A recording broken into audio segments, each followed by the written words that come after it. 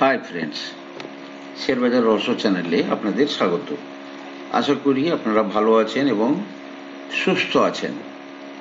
Friends, মার্কেটে এখন বিভিন্ন টাইপের বিতর্ক দেখা দিয়েছে। মার্কেট ভি শেপ রিকভারি হবে, না ইউ শেপ রিকভারি হবে, না আদৌ রিকভারি হবে না। মার্কেট যখনই এইরকম ভাবে নিচে আসে, যেন মনে হয় সবকিছু শেষ হয়ে যাবে। এটাই কিন্তু ইন জেনারেল ফিলিং, এবং এই ফিলিংটাকে আনার জন্যই কিন্তু এই ধরনের সিচুয়েশন ক্রিয়েট করা হয়। যাই হোক ফ্রেন্ড, আমরা এই সমস্ত ব্যাপারে আজকে কিন্তু ডিসকাশন করব। তার আগে কয়েকটা ইন্টারেস্টিং টপিক, বিজনেস ডেভেলপমেন্ট যেগুলো হচ্ছে সেগুলো নিয়ে চর্চা করি। প্রথম কথা হচ্ছে, আমি বারবার ধরে বলেছি যে রিপাবলিকান এবং ডেমোক্র্যাটসদের মধ্যে ইউএসএ রিপাবলিকানরা ডিসরুপটিভ পলিসি আনে, অর্থাৎ সারা ওয়ার্ল্ড অর্ডারকে তারা ডিসরুপ্ট করার মতো অবস্থায় থাকে। একই ঘটনা আজকে ডোনাল্ড ট্রাম্প আসার কারণে দেখা যাচ্ছে যে চতুর্দিকে সবকিছুর মধ্যে একটা ডিসরুপশন দেখা দিচ্ছে। তো এখন সবাই নতুন নতুন বন্ধুর খোঁজে এদিক ওদিক ছোটাছুটি করছে। কেন বলছি? কারণ both India and European Union brace to face reciprocal tariffs from the US. প্রায় 17-18 জনের একটা টিম ইন্ডিয়া এসছে প্রধানমন্ত্রীর সঙ্গে কথা বলতে। গতকাল হায়দ্রাবাদ হাউসে এই মিটিং হয়েছে। Prime minister Narendra Modi and visiting president of European Commission Ursula von der Leyen tasked their negotiators to conclude the India-EU free trade agreement by end of 2025. সবাই কিন্তু ট্রাম্পের এই সমস্যাকে কেন্দ্র করে সবাই কিন্তু নতুন নতুন সঙ্গী খুঁজছে। সুতরাং এই ওয়ার্ল্ড লিডারদের যে একসঙ্গে আবার, বিশেষ করে ইউরোপিয়ান কান্ট্রির, এটা কিন্তু has a lot of meaning. দ্বিতীয়ত, কালকে প্রেসিডেন্ট ডোনাল্ড ট্রাম্পের সঙ্গে ইউক্রেনিয়ান প্রেসিডেন্ট জেলেনস্কির হোয়াইট হাউসে যে মিটিং হয়েছে, অত্যন্ত দুর্ভাগ্যজনক এবং হিটেড মিটিং হয়েছে।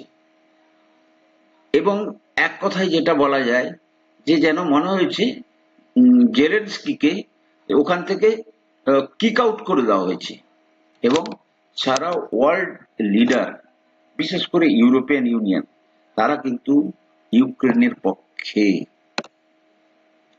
মূল টপিকে যাওয়ার আগে আপনাদের একটা প্রশ্ন হচ্ছে আদানি গ্রিন, কেউ একজন জিজ্ঞেস করেছেন। ফ্রেন্ড দেখুন, এই সমস্ত শেয়ারের ব্যাপারে ব্যাখ্যা করতে গিয়ে বারবার আমাদেরকে ভুল প্রমাণিত হতে হবে। কারণ এখনো দেখুন আদানি গ্রিন 84 পিতে ট্রেড করছে এখন।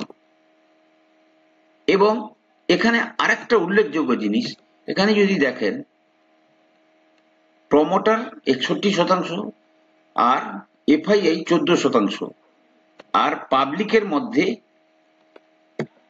এগুলোতেও কিন্তু দেখা যাবে যে ওই আদানি গ্রুপের লোকেরাই কিন্তু ইনভেস্টেড হয়ে আছে। তো এই হাই ভ্যালুয়েশনে, আজকে হাই ভ্যালুয়েশন মার্কেটে ছিল বলে শেয়ারগুলো কিন্তু নিচে এসছে। এখনো কিন্তু এক কথায় যেটা বলা যায়, যেভাবে তার ব্যালেন্স শিট, সে তুলনায় আদানি গ্রিন অনেক হাই ভ্যালুয়েশনে আছে। নাও এবার আমরা আমাদের অ্যাকচুয়াল টপিকে যাই। ফ্রেন্ডস, এখন কোশ্চেন হচ্ছে ইন্ডিয়াতে ট্যাক্স এত বেশি কেন? বিভিন্ন ক্ষেত্রে দেখবেন আপনারা মিডিয়াতে ট্যাক্স ট্যাক্স ট্যাক্স নিয়ে খুব চর্চা হয়। ইন্ডিয়াতে ট্যাক্স হাই। দ্বিতীয়ত হচ্ছে long term capital gain tax এবং short term capital gain tax, এটা নিয়েও অনেক ডিবেট। তৃতীয়ত এসটিটি, সিকিউরিটি ট্রানজাকশন ট্যাক্স, সেটা নিয়েও কিন্তু বিশাল বিতর্ক। চতুর্থত ধরুন আজকে ট্রেডিং ভলিউম কমে যাচ্ছে, এটাও concern. Lastly V shape recovery হবে না ইউ শেপ রিকভারি। ফ্রেন্ডস দেখুন, প্রথম কি না, ট্যাক্স কেন এত হাই? মাত্র 2% লোক যদি ট্যাক্স দেয়, ধরুন আজকে 140 কোটি দেশে যদি 2% ট্যাক্স দেয়, তাহলে 4 জন লোকের রোজগার থেকে যদি আমি 140 জনকে খাওয়াতে যাই, তাহলে যারা রোজগার করছে তাদের কাছ থেকেই তো বেশি নিতে হবে, যতক্ষণ পর্যন্ত না আমার রোজগার করার লোক বাড়ছে। দেখা গেছে যে গত বছর 8.6 crore public tax return file করেছে, তার মধ্যে 4.4 crore 2.5 থেকে 5 লক্ষের ইনকামের মানে মধ্যে পড়ছে, অর্থাৎ তারা ট্যাক্স দিচ্ছে না। তাহলে বাকি লোকেরা ট্যাক্স দিচ্ছে, এবং এটা বললেও অবাক হয়ে যাবেন, ধরুন শুধু রিলায়েন্স ইন্ডাস্ট্রিজ তারা প্রায় 1,80,000 কোটি টাকা ট্যাক্স দেয়, মানে তাদের বিজনেস ওভারঅল কথা ভেবে। অর্থাৎ ট্যাক্স হাই, তার পেছনে কারণ হচ্ছে নাম্বার অফ পিপল আমাদের অনেক কম ট্যাক্স দেয়। বাট এর যে ইনক্রিজটা হচ্ছে, যেমন ধরুন গত বছর প্রায় 69,000 লোকে নতুন ট্যাক্সের আওতায় এসছে, মিনস যে এর যে 69 lakhs মোস্টলি। তো এর যে ইনক্রিজটা সেটা কিন্তু অত্যন্ত উল্লেখযোগ্য এবং তাৎপর্যপূর্ণ। দ্বিতীয়ত হচ্ছে what is wrong on LTCG and এসটিসিজি। Friends দেখুন, সরকারের কাজ করছে, আমরা যারা ভিকটিম আমাদের ক্ষেত্রে কিন্তু আমরা আমাদের লজিক রাখবো, বাট সরকারের পয়েন্ট অফ ভিউ থেকে আজকে এফআইআই বিক্রি করে চলে যাচ্ছে, সুতরাং long term capital gain tax বা শর্ট টার্ম ক্যাপিটাল গেন ট্যাক্সের উপর সরকারকে সিদ্ধান্ত নিতে হবে। বাট আমি এই ব্যাপারে কিন্তু কন্ট্রারিয়ান ভিউ নেবো। ধরুন যারা 1995 2000 থেকে ইন্ডিয়ান মার্কেটে ইনভেস্টেড আছে, তাদের ইনভেস্টমেন্ট 50 গুণ 60 গুণ 70 গুণ হয়ে গেছে, সুতরাং তাদের যদি ধরুন আজকে 10 টাকা যদি 1000 টাকা হয়ে গেছে, তো তার উপর যদি 10% সরকার যদি ট্যাক্স চার্জ করে, মানে প্রফিটের উপরে, দেন সরকার can very well do that. সরকারের কাছে তো অন্য কোনো বিকল্প নেই। আর ফরেনাররা যেহেতু আজকে পয়সা নিয়ে এসছে, তারা তো যখন খুশি তখন যাবে, কিন্তু আমাদের তো আজকে এটা ফিল করে প্রাউড হওয়া উচিত যে ঠিক আছে, তারা 12,000 কোটি টাকা বিক্রি করছে, আমরা 12,000 টাকা কিনতে পারছি। তো একই লজিক হচ্ছে এসটিসিজির ক্ষেত্রে। ধরুন high STT security transaction tax বাড়ানো হয়েছে, কারণ কি? কারণ হচ্ছে ট্রেডিং, লোকেরা বেশি ট্রেডিং করছে এবং 90% থেকে 95% ট্রেডার লুজিং মানি। সুতরাং এই লুজিং থেকে নিজেদেরকে এড়ানোর জন্য কিন্তু এই এসটিডিটা বাড়ানো হয়েছে। আসল লক্ষ্যটা কি? 90 থেকে 95% লোক লুজ করছে পয়সা, তো এটার ক্ষেত্রে যদি গভর্নমেন্ট এসটিডি বাড়িয়েছে, এর মধ্যে কোনো তো হার্ম দেখতে পাচ্ছি না। এবারে দেখুন V shape are you shape recovery, ঠিক আছে ফ্রেন্ডস। দেখুন একটা জিনিস আপনাকে বুঝতে হবে, ইন্ডিয়ান স্টোরি, গ্রোথ স্টোরি, এটাকে আপনি বিশ্বাস করেন না করেন না, আজকে ইন্ডিয়ার ইকোনমি, বিভিন্ন যে অ্যানালিস্ট, বড় বড় অ্যানালিস্ট, তারা বলছে ইন্ডিয়ার economy is likely to stand firm in an uncertain world. সারা বিশ্বে যেখানে যতই যা আনসার্টেনটি থাক না কেন, আমাদের ইকোনমি কিন্তু স্ট্রং থাকবে। তার পেছনে হচ্ছে আমাদের কনজামশন করার মতো জায়গা আছে, আমাদের ডেভেলপ করার মতো জায়গা আছে, এবং সেই ডেভেলপমেন্টের জন্য আমাদের অর্থ আছে। গোল্ডম্যান সাচ রিসার্চ বলছে expect the Indian economy to be relatively insulated against global shocks over the coming year, including tariffs levied by the new administration of US President-elect Donald Trump. India's GDP will keep growing strongly in the long term, but with a speed bump next year as government spending and credit goes slow, according to our economic forecast.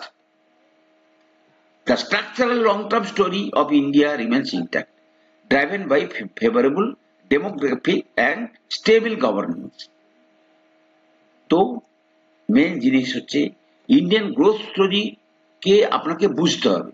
আপনার মধ্যে convince যদি আপনি হন, দেন share বাজারে পয়সা লাগান, otherwise আপনি যদি আজকে, এটা কি আপনি কখনো ভাবেন যে আজকে আপনি যদি 10 লাখ টাকা ব্যাংকে রেখে দেন, তাহলে 10 বছরে আপনার টাকা ডবল হবে।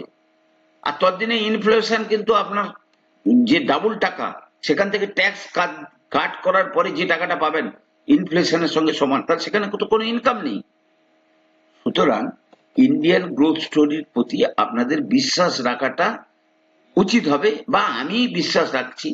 এমতো অবস্থায় আমি এখনো বলবো, যদি আপনি গত 5 বছরের স্টোরি দেখেন, আপনি 5 বছরের স্টোরিতে দেখবেন, ধরুন আজকে, ধরুন সফটওয়্যার সেক্টর, আমি একটা কথার কথা বলছি, উদাহরণ হিসেবে দিচ্ছি, ধরুন LTIM 5 বছর রিটার্ন দেয়নি, তাই তো?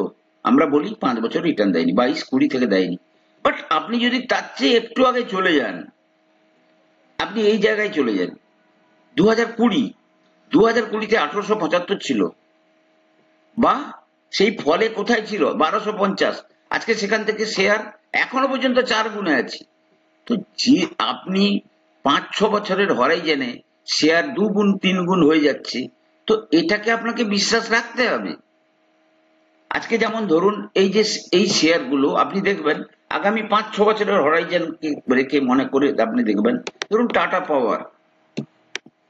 টাটা পাওয়ার যেভাবে তার বিজনেস বাড়ছে, যেভাবে প্রতি স্টেটে স্টেটে তার বিজনেসের এক্সপানশন হচ্ছে, সেক্ষেত্রে এই টাটা পাওয়ার আগামী 4-5 বছরের মধ্যে 4 ডিজিটে গেলে আমি অবাক হব না। 4 ডিজিটে চলে যাবে, মিনস আজকে 339 রুপি তার প্রেজেন্ট রেট। দেখবেন এই শেয়ার আগামী 5 বছরের মধ্যে কোথায় চলে যাবে? 1000 টাকার কাছাকাছি। Then what will be your return? ধরুন দ্বিতীয় আরেকটা কোম্পানি যেটা আমি বলছি, ধরুন বিড়লা সফট যাবে, এর মধ্যে কোনো ডাউট নেই। হ্যাঁ, হতে পারে মানডে মার্কেট আবার পড়তে পারে, মানডে মার্কেট আবার পড়তে হবে। ফ্রেন্ডস, আর একটা কথা বলে রাখি, দেখুন আমি কিন্তু খুবই কম জানি, আমার চেয়ে অনেকেই কিন্তু বেশি জানেন। তো আমার এই কম জানা জিনিসটা থেকে যারা শিখতে চায় তারা আমার চ্যানেলে থাকুন। যারা বেশি জানেন তারা অনেক ভালো ভালো, মার্কেটে অনেক বড় বড় রিসার্চার আছে, সেদিকে যান, আরো বেশি জানতে পারবেন। কিন্তু আমার কথা হচ্ছে যারা কিছুই জানে না তাদেরকে ছোট্ট কিছু জানানো, আমি যতটুকু জানি। যেমন ধরুন বিড়লা সফট, এই সমস্ত শেয়ার আজকে ধরুন কোন এক প্যানিকে আজকে নিচে আসছে, এই সমস্ত শেয়ার দেখবেন আগামী 4-5 বছরের মধ্যেই আবার 3-4 গুণ হবে। যেমন ধরুন প্রাজ ইন্ডাস্ট্রি,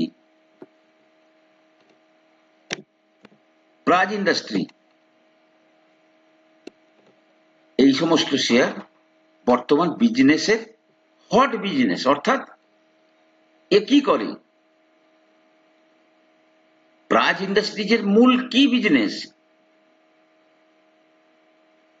ইথানল তৈরি করে, আর ইথানল হচ্ছে অল্টারনেট এনার্জি হিসেবে ব্যবহার করা হয় পেট্রোলের সঙ্গে।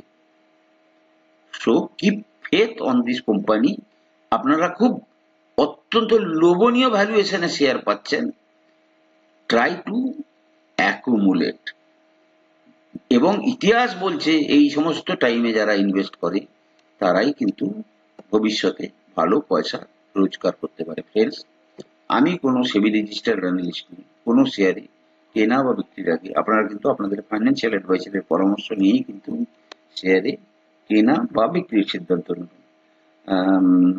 যদি ভালো লাগে চ্যানেলটাকে লাইক করুন, কমেন্ট করুন, শেয়ার করুন, সাবস্ক্রাইব করুন। কথা হবে পরের